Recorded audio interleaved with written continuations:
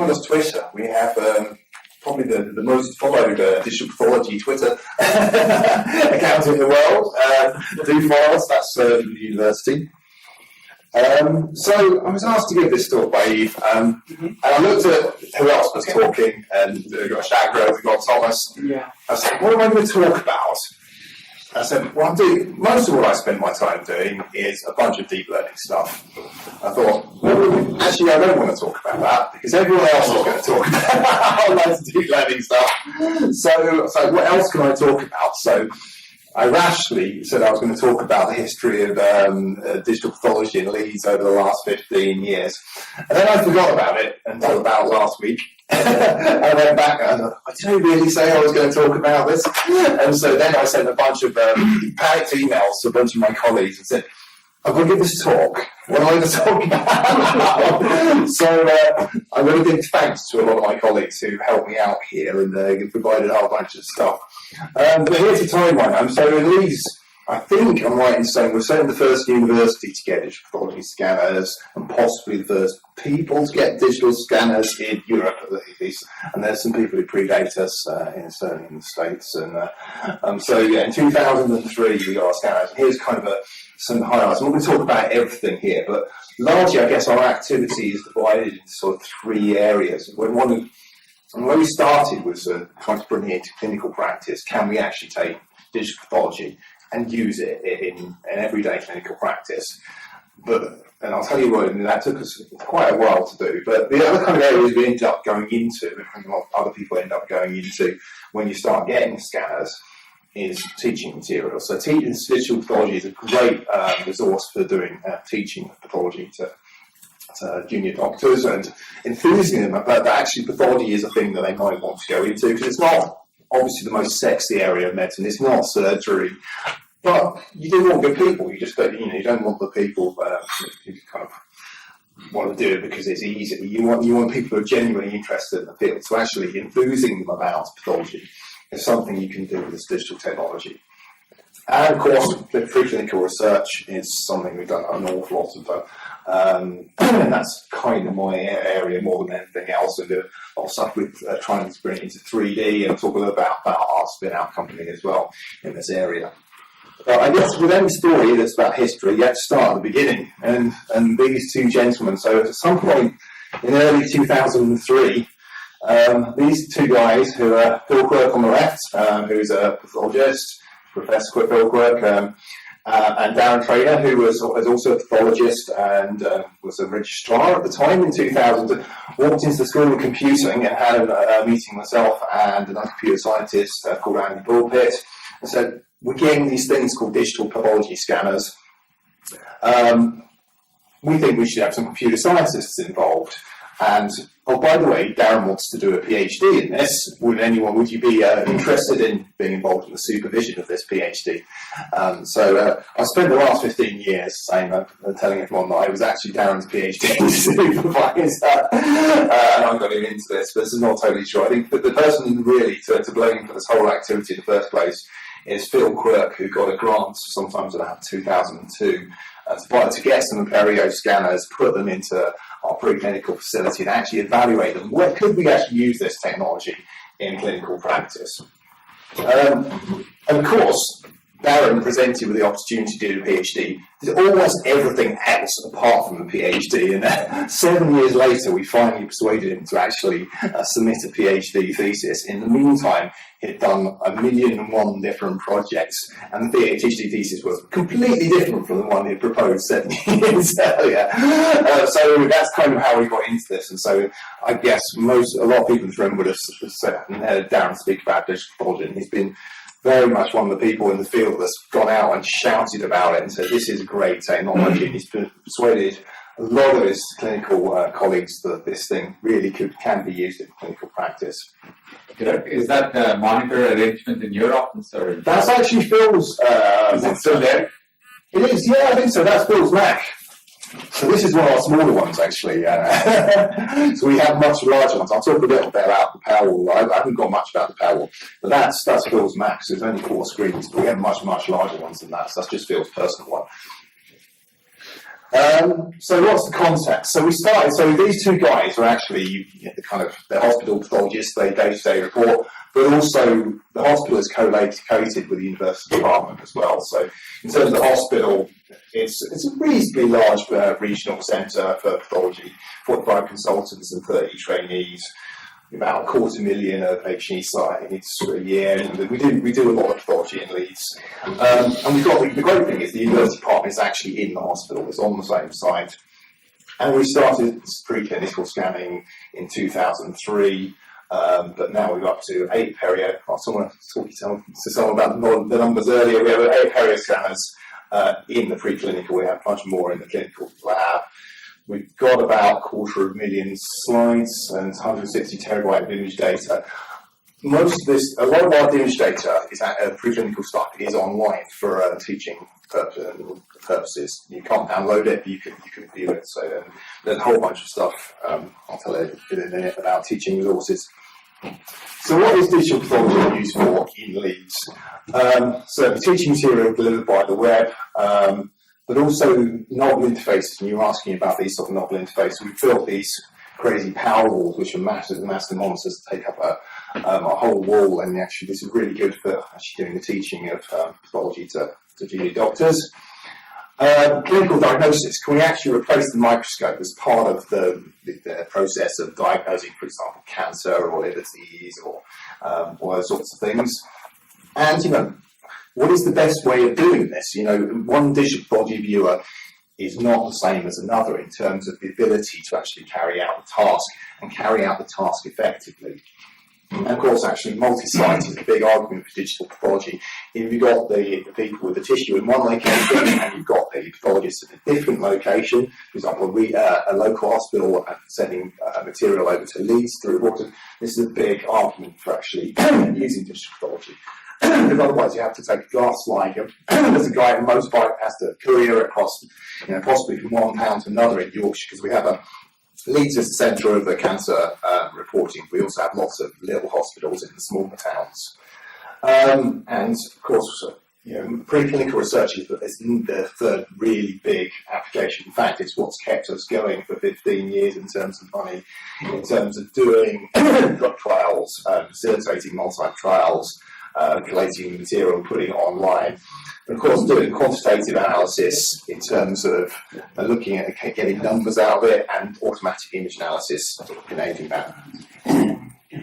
So I'm going to start a little bit with the teaching because I did say I'm not going to talk too much about deep learning because I think everyone else in the room is probably going to be talking about deep learning later on. So we spent a lot of effort in the first few years that we got the scanner to actually produce this online teaching tier. I think it's one of the it certainly was a few years ago the largest in the world, and I think it probably still is the largest teaching resource for digital pathology in the world. We have 8,000 unique visitors every week. We have 3,500 people following our ridiculous Twitter feed. If you need Twitter, follow us because there's some good stuff on there. There's lots of e-learning materials. We spent, we got a grant to do that back in, when we first got the scanners, and we keep this up to date. It's a great resource out there. It's totally free, and lots of people around the world use it. So where are we with clinical? So after a lot of time, we finally got scanners. Instead of being in the research building, we started to put scanners in the hospital, in the pathology department. So 2 years ago, so 2015, we started getting the scanners in there for breast pathology pilots. We spent about a year and a half doing that pilot. It actually went a lot better than expected because we were kind of sceptical about the sort of cost savings we might get. We were hoping that maybe we'd break even and the benefits around it would keep the project going. But actually, we're finding that the economics do work out, which is fantastic because we were slightly worried about that. So, and we've done a lot of work on validation. That, is this actually as good or better than doing glass reporting? And I think. So then, how is it? Is it like in Ohio, you have actually just 1 or 2 person doing it, or are all breast pathologists signing up digital? So we are getting most of the breast ones. So the breast work. So we picked breast because they were the most enthusiastic group in the subspecialty. So we've got. It's not that all reporting is getting done digitally, but a lot of reporting is getting, like the majority is, yeah. But they're the liver pathologist. Darren is a liver pathologist, but he works across. I mean, everyone's in the same office. And there's a big lab, and the consultants have got offices off the lab, so everyone talks to each other. So while Darren is a liver pathologist, that's kind of irrelevant because the size of the department is that you have like a few breast pathologists, a few liver pathologists. It's not huge numbers of each specialty. So, and breast was just the obvious one that had the group of people that were willing to give it a go, basically. Sort of 2 or 3, 4 senior consultants that were going, yes, let's do this, let's try it. And so, yeah, so it's been a success. That pilot over kind of year and a half, and basically we're rolling it out now to the other specialties. So, sorry to be picky, but yeah. It's super interesting. All the studies we did, I wasn't even involved, so that MSK did, showed quantitatively that people signing up digitally are slower than doing it for on glass slides, right? So where do the savings actually come from? So we did a lot of trials, and it's the particular interface you use, and the particular way you organise it does actually make a huge difference. We have a lot of studies about how you do it and what interface you use. And yes, you're absolutely right. If you use the kind of aerial image scope type reporting, it varied, the old school stuff that people started with is 20%, 30% slower than glass. But the new interfaces are a lot faster, a lot easier. Just small interface changes and small changes to the way you work, you can get pretty much equivalence to glass. But also, we can save time by the reason breast was chosen was because of the physical locations of people, so that also saved time. So it's not just the time at the glass that you save, it's to do with the whole organisation of the process. And you have to really, that's one of the lessons learned. It's like, if you naively implement digital pathology, you will definitely slow things down and you will increase the cost by 20, 30% for sure. So you really need to think about how you introduce digital pathology to not get that hit. Was this validation sort of published? It has been. So I'm not the real expert on. So yes, if you send me an email, I can put you in touch with Darren because there's Darren Bethany have been doing most of this evaluation. And is there screenshots of the interfaces that were used in the study? So, best person to answer this is Darren rather than myself, actually. So, okay. Yeah. Some of it is on YouTube, actually. Yeah, there is a whole bunch of using the interface. Yeah, there's a whole bunch of stuff. So one of the things we're part of this like the biosystems network of excellence or whatever we're calling it. And the part of the deal with Leica giving us a bunch of cheap scanners was that we run a bunch of workshops with pathologists about how to do digital pathology successfully, how to install digital pathology into your hospital.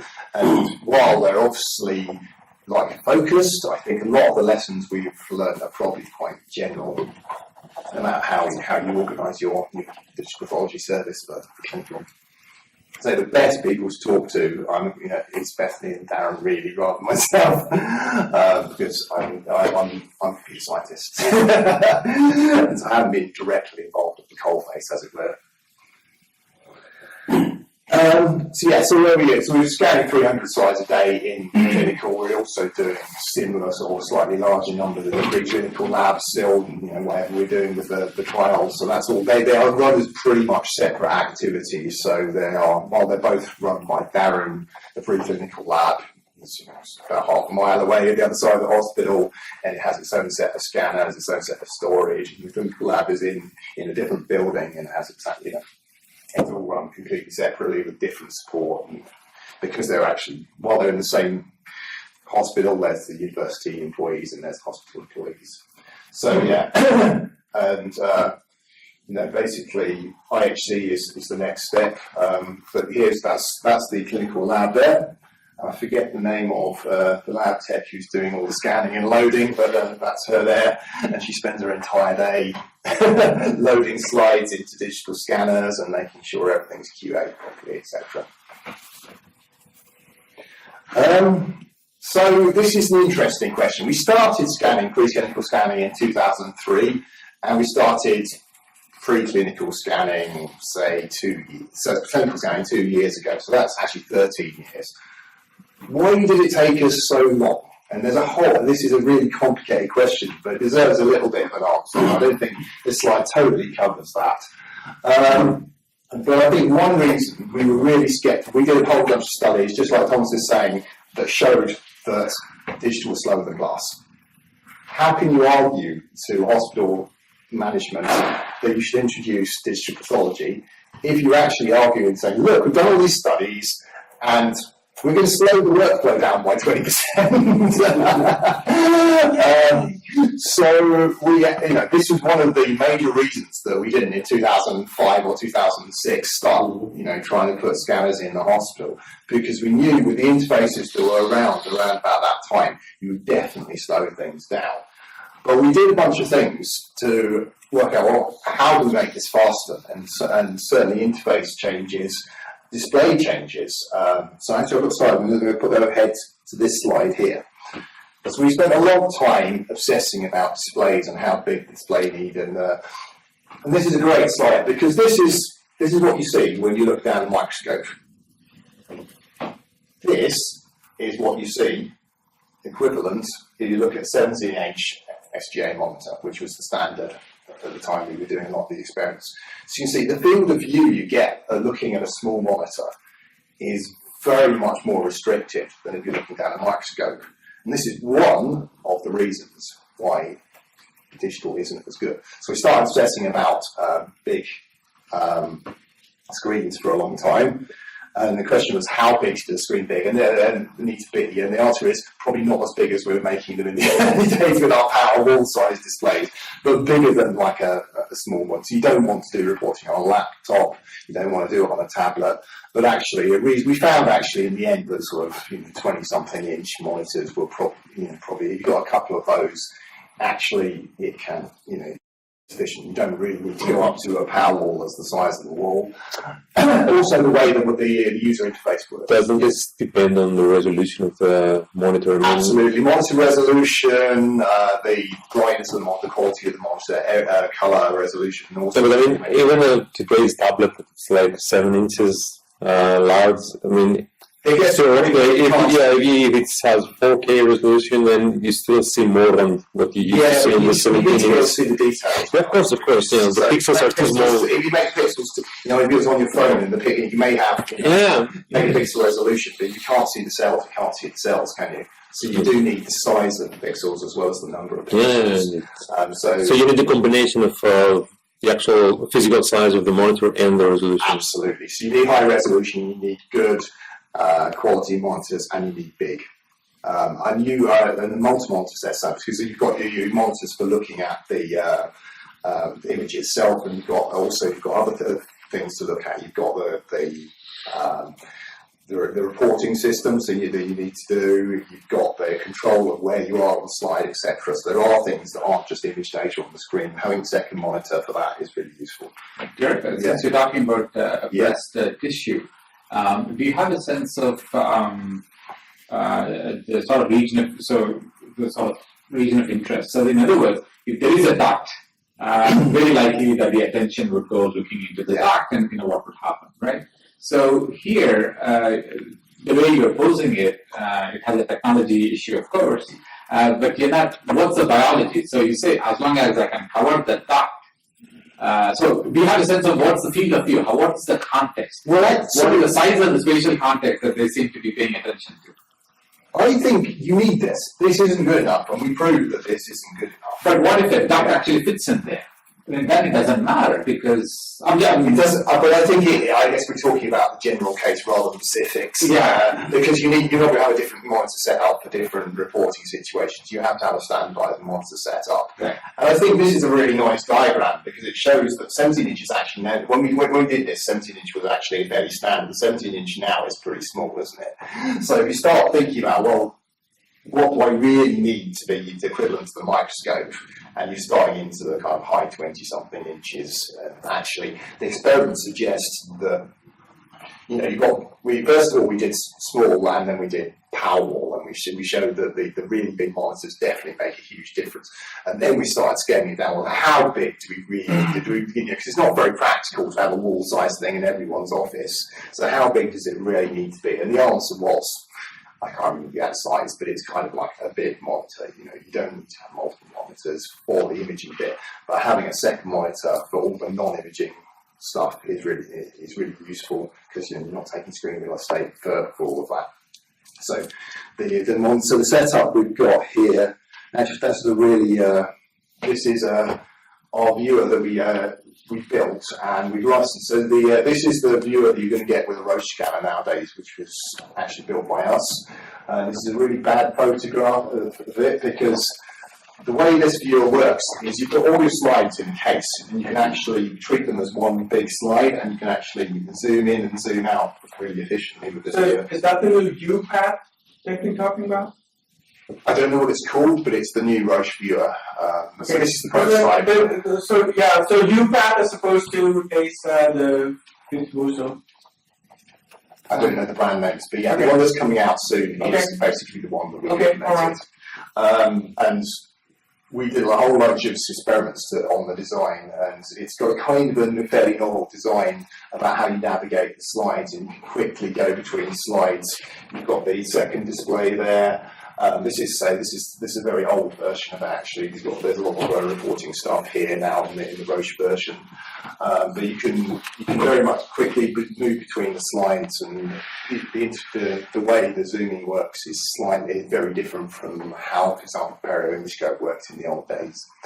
And this was the kind of result of a lot of HCI experiments saying what works, change this, what works that. So the claim is a perio slides with your viewer, which is owned by Roche, is equally fast as glass. Yes.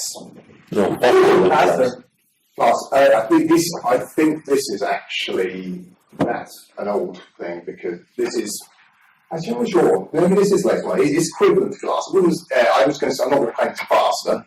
There have been some experiments where we've actually Well, even the difference is already great. Yeah. So I'm definitely. So when we first did this viewer graph was right up here. It was like 150% or 140%, and we did. So how do you measure this by the time the pathologists are required to do a task? So there's a lot of experiments of pathologists doing stuff under glass and doing the same. Yeah, but are you measuring the same pathologists? I couldn't tell the details of those. It is the same cohort. So there was a cohort of pathologists that did this, and there's lots of experiments over several years that people did. And basically, we got it down from about 100, I think it's like 150 at one point with the perio-imagoscope, which we very first started, maybe not quite as bad as 100, depending on what you're doing. And we got it down to more or less equivalent. And a lot of a lot of these ideas have since been taken up by other people. So, for example, we work quite closely with Sectra, and their viewer is actually quite good. So the Sectra viewer is infinitely better and easier to use than the perio-imagoscope, for example. And it's fed into the next generation of Leica stuff as well. So a lot of the ideas that we had back in, this work dates back probably more than 10 years on some of it. So it's the new generation of digital pathology viewers have definitely improved over the original generation that came out sort of 2000, 2003. And we like to take credit for at least some of that. I don't take credit for all of it, but we've definitely fed into the system. I mean, the Roche one is directly our system, but I think we've fed into Sectra and we've fed into Leica as well. The results we've had. Of course, we've published a lot of results, so other people have been influenced by them as well. But I guess the message is the interface really makes a difference. No question, sorry. Yeah. So the zooming in and zooming out, do you think that was responsible for a lot of the extra time taken up with the with So, the okay, so maybe, or is that what you were trying to minimize with the firewall as well? yeah, so the way you zoom in a perio image scope is really old-fashioned. So just little things like modern interfaces zoom in to the point where you're pointing out with the map. You've noticed that. If you go back to image scope, or certainly the original versions of image scope, they zoom into the center of the image. And so you're always panning, and so it's just a whole bunch of, and that's just one example of things that we would kind of got everyone to go, I think image scope now does it properly and zooms into the point of the map. I'm not totally sure. I haven't used the latest version of image scope for a while because it's a horrible piece of software.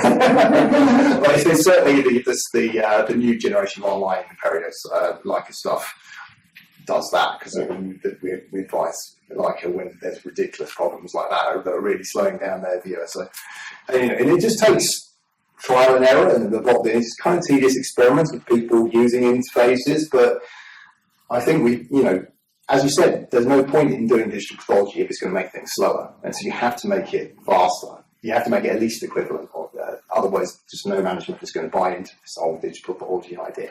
And I think we've got to the point where digital is pretty much as fast as glass, and in some cases it could be faster, but not in the general case. Is it going to save money? This was always like there's loads of projection modelling, and as well, we did all this research, and then we did all these projections, and we still couldn't really make a convincing argument that the hospital was going to save money, and there wasn't a risk that the hospital was actually going to spend more money, because of course, you have to spend money on scanners, you have to spend money on storage, you have to spend money on someone actually doing it. So eventually we got a lot of help from Leica, we got some help from some charities, and that's what got it set. And actually, pleasantly, we do think we are at least breaking even on this, if not slightly saving money, or that's the projection anyway. But also, how is pathology? Pathology is very much embedded into the hospital in the UK. It's very different from the American model. But that may change. There is always discussion about how pathology services run, because there's all this cost concerns. How can we save money? So is the current model going to be the future model? So that was always a concern. But also, my question to Eve that we might discuss later is, automatic image analysis is actually a huge argument for digital pathology, because if you can save pathologist time, if you just put an interface, it might be equivalent to glass. But if you can start using digital image analysis, you can really cut pathologist time. And so this is a bit of an argument for it. But in 2003 and 2005, we were nowhere near that. And I think we're not even there quite yet, but we're a lot closer to image analysis being useful in clinical practice than we were in 2005, 2006, when we were kind of thinking at the end of the original grant, should we introduce this into the hospital? So I think there's a whole bunch of other reasons why it took us 13 to 15 years to go from getting the first scanner to actually getting it set up in the hospital. But I say I'll leave those to a side for now. So this is a slide that Darren kindly sent me when I sent my request. And this is an interesting slide. And it shows about the productivity gains you need to get to actually start break even. So kind of red means I'm actually costing more money by introducing digital pathology, and various amounts of green mean I'm actually saving money. And you can see this 5% productivity gain still means it's costing me money for 10 years. This hospital is spending more money. I've saved 5% in productivity, yet digital pathology as a service is costing me more, even 10 years into the future. And of course, you get the benefits accrue over time. So here, we need a 10% productivity gain, and we start to actually save money. And so where we are, we think we are somewhere between that 10 and 5. It's hard to say exactly what productivity gain is, but I think we are going to start to see savings, between the red line and the blue line, probably. I think the green line and above is where we have to start introducing automatic image analysis, and there's a whole bunch of safety concerns around that as well that we have to address, but I think that's the future. And when you're actually going to start saving serious amounts of money for pathology services, by having those productivity gains that are basically greater than 10%. What's the leveling off in every one of these curves for a short while, say between 2020 and 2021? I have absolutely no idea, actually. That's another question that should be addressed to Darren, I think. Things gonna happen. But there's certainly... I need to buy more instruments. Yeah, Correct. but we are... The real Yeah, I think actually, yeah, no, that'll be replacing it. The Trump effect. Yeah, that will be next generation hardware. You're absolutely right, because that's how 5 years is typically the lifespan of these scanners. So, yeah, you have to buy a whole new load of new scanners, so it's going to take a hit at about year 5.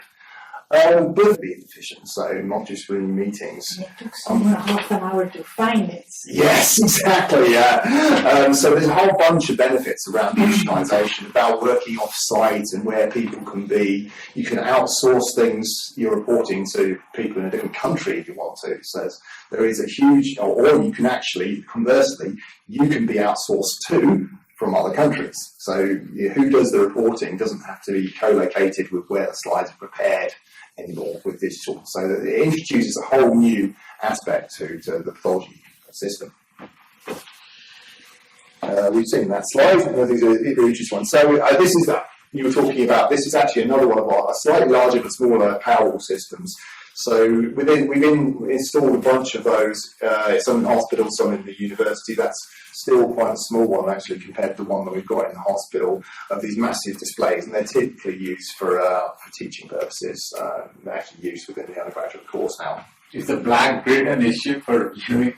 Absolutely not. Well, actually, some of the more recent ones, we've got bevel-less monitors, so we've got some more expensive monitors, but you still get a little bit of a black grid. People don't notice it at all. I mean, the software compensates for it.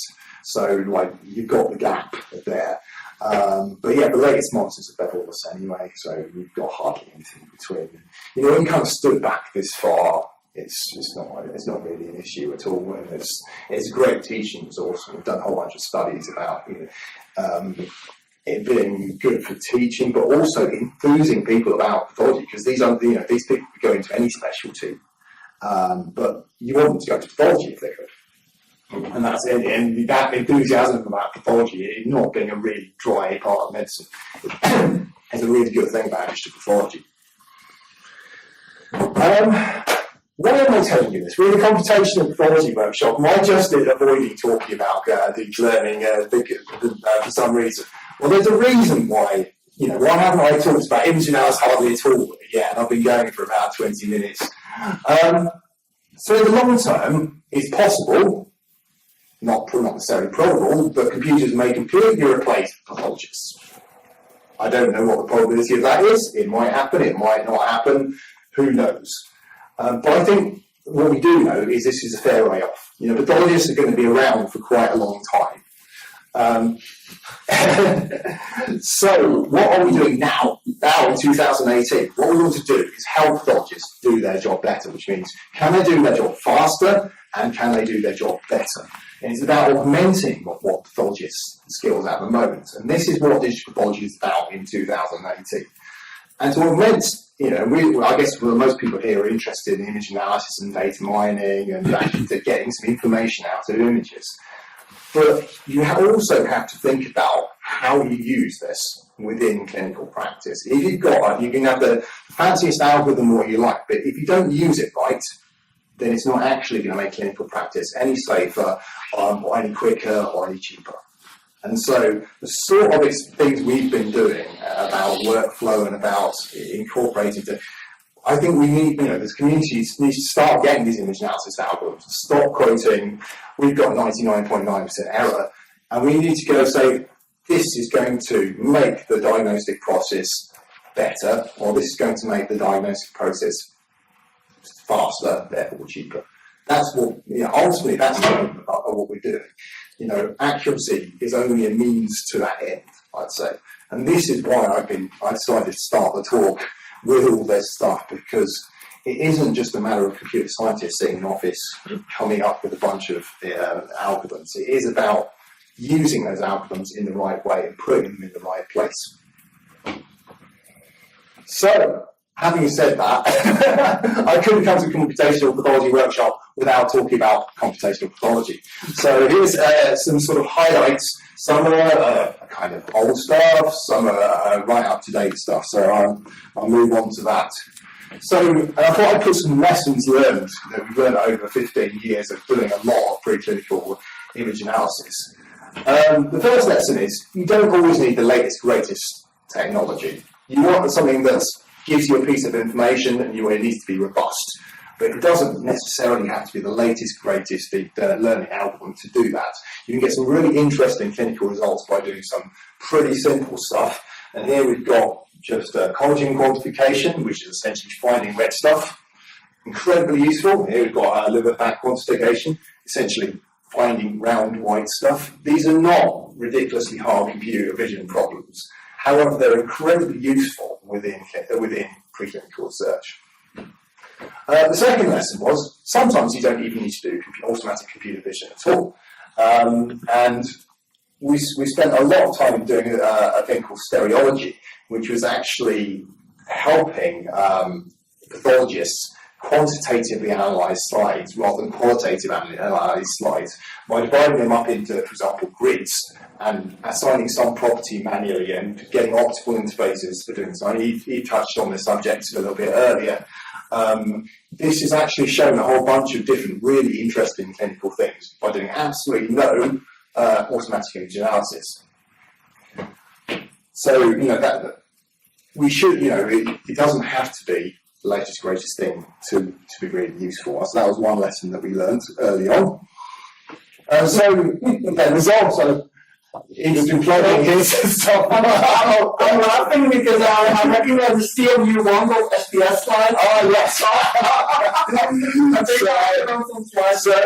One thing we did, so we've been doing it for quite a long time, is that we need to get our stuff out there, and so it's useful for other people. So we set up a spin-out company with this script-based platform called MIM, a company called HeteroGenius, and we've created a platform that is for doing, first of all, these pretty simple stuff, so, color quantification, and then it's gradually evolved to actually involve more complicated stuff, so it's got quite complicated cell detection and type identification, it's got deep learning in there, it's got the 3D pathology, so the stuff we tend to do eventually ends up in this platform, and people are starting to use it. People outside our immediate sphere are starting to use this platform for using our techniques. So it's a way of getting out there and a way of keeping it sustainable. Because it's, In the previous slide, sorry to take you back.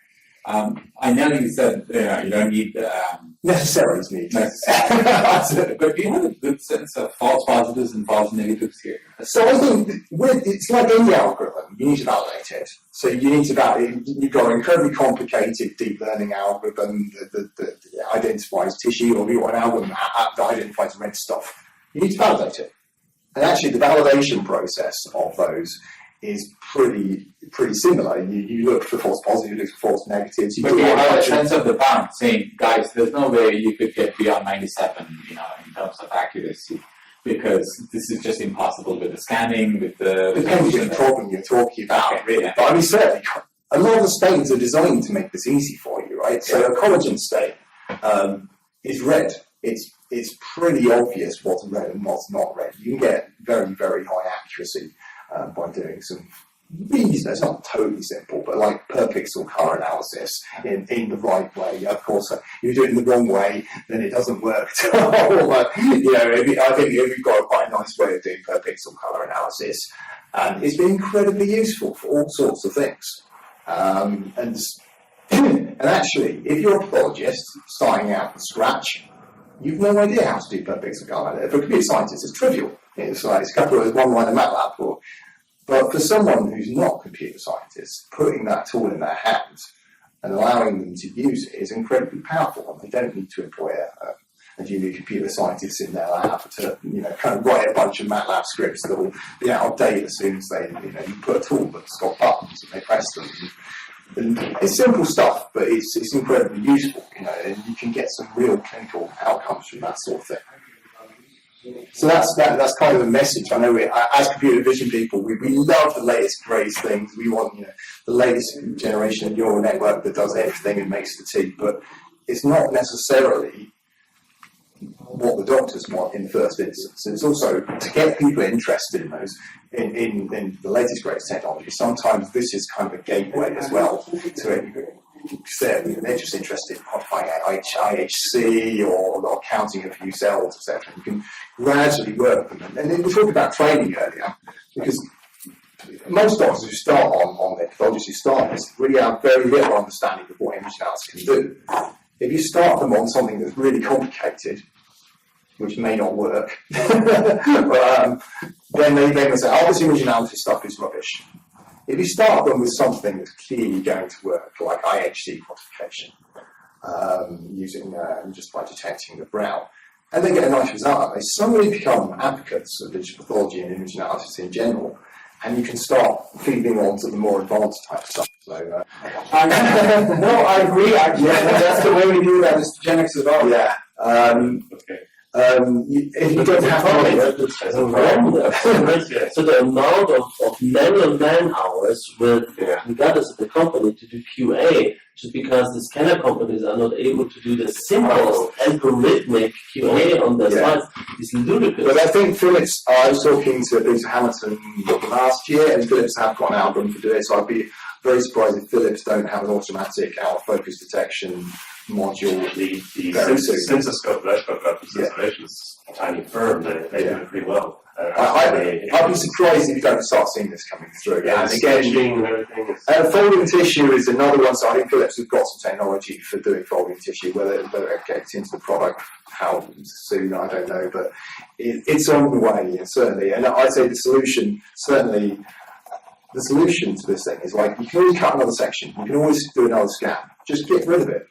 But the problem is that if you really do it at scale, right? You said you pay 300 per day. That's actually relatively small. If you consider if you have a mastectomy, you might have 200 slides for a single case. So if you're a cancer hospital and you go to breast, you have to do thousands per day. Right? You can't manually check every slide and send it back. You're absolutely right. And a huge range scanning, you lose actually days to do that because you do it overnight. And so if somebody wants to disrupt the market, I mean, just having a scanner which can do QA without manually having scanned a dozen people on it. I'd be willing to bet a small amount of money that within 2 or 3 years Philips will have this. Why are you doing PR for them? I don't know. I'm just going they would do it, right? I mean, it's not I sat down. I did with Peter Hamilton. He said we have this technology. It's coming soon. I'm not. I'm just reporting what he said. I'm not sure I'm doing PR. I think the question is how good does it need to be? I mean, I've seen also slight infections in the focus even from our Sensoscope. I mean. Exactly. How that and you guys can do that too, right? Well, certainly. Our current is if we have a person looking at each of those 300 slides and checking they're not out of focus. You'd hope that folding would be caught even before scanning because the technicians know not to do that. But certainly, if there was folding in a part of the slide that was important, a new slide, a new section cut from the block and pre-scanning. I think trying to deal with these sorts of problems computationally after the fact is not the way forward at all. Pathologists wouldn't. If you give someone a slide that is massively folded. Yeah, that's the thing. But automatically. They wouldn't try and do it. So why should a computer system? No, but the pathologist can see this slide has a fold in it. I can still see what okay, so I can't totally do it. Actually, fold detection is a pretty trivial problem these days. So first of all, these drastic cases were actually detected by the histotech, right? They shouldn't even go to the scanner.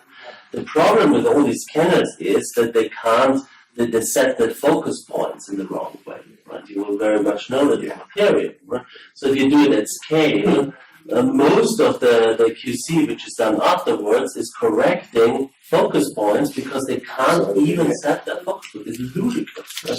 So the amount of time which is lost because they don't have a 100-line script in there to set their focus points correctly is enormous, right? We would pay twice for our scanners if they could handle that.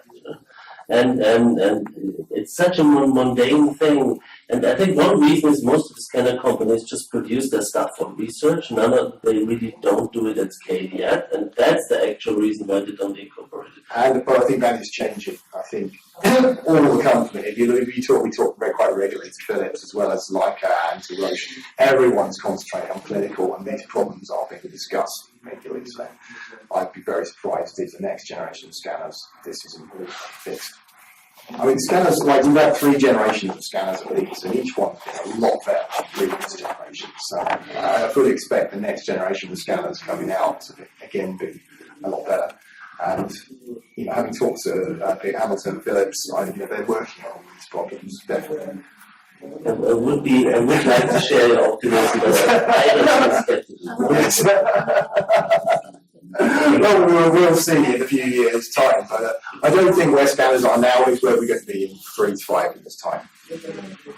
I may be wrong, but What's strange, I mean, this is a problem that could have been solved 10 years ago. Exactly. And the interest is there from the community to have this fixed. That's the number one thing it should do, is to get the thing in focus. So if you think 10 years ago there was but why wasn't that pressure communicated? 10 years ago there was a monopoly, basically.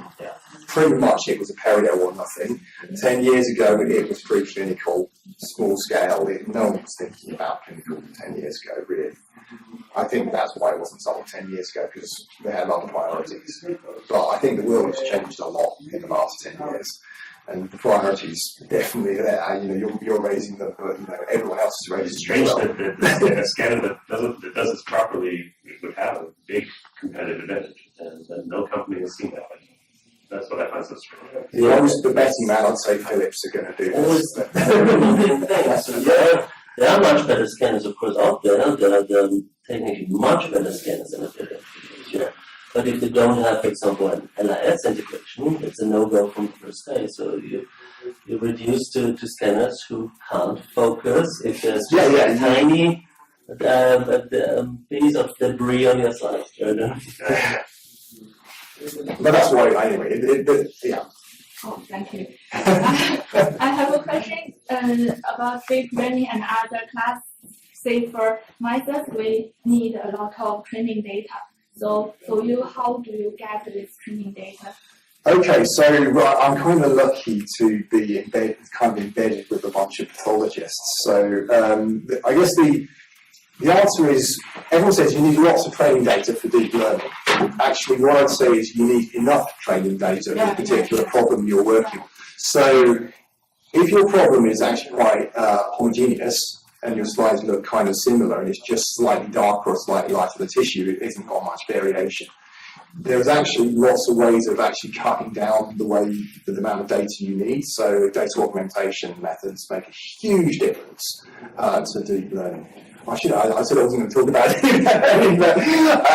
So that's the first thing. So the second thing is about if you've got heterogeneous data. So you've got a lot of variation within your data. Then it's about having the right data as well. So one approach to that is just have masses and masses of data, take hundreds of slides. But there's another approach to that, which is to create your data sets a little bit more carefully. So it's got examples of the sort of variation that you might actually want. It's got all the examples. So that's a lot more work, but it means you've got a much more useful data set once you've done it. So we do that sort of thing as well. So we don't tend to do that. Let's collect 1,000 images and learn from that. What we're trying to do is take that 1,000 set and pick the right examples from that set. But that's not the only way of doing it. But that's the kind of Leeds philosophy in doing this sort of stuff. Is that you put a bit more effort into the creation of your data set. It doesn't need to be quite as big. If that makes sense. So lessons learned. So one experiment we did, because it struck us that you can have the best image analysis algorithm in the world, but tissue is a sample. If you've got a block, you're taking different sections from that block, That block is a sample from the tissue itself. So what is the variation between different samples? We did actually a paper on this, so I'm not got any pictures from that paper. We took 1,000 sections from block, and we did some really simple collagen quantification on those. And it was amazing how much variation. The collagen quantification basically works really well. It's it's detecting red stuff. It's not that hard. And we saw a huge variation in the sort of scores we were getting from taking different sections. And we sort of said, well, how many do you have to average to actually get a consistent result? So if you're taking 1,000, if we take a random set of 10, quantify those and take the average, and another random set of 10, we hope to get the same result, wouldn't we? No. And so we have to be really careful when doing digital pathology. And we were seeing in that particular example, and it's not going to be transferred to every single example, you were needing to get many tens of slides averaged, the quantification results. Despite the fact that the quantification method was working absolutely fine, it was to do with the heterogeneity of the tissue.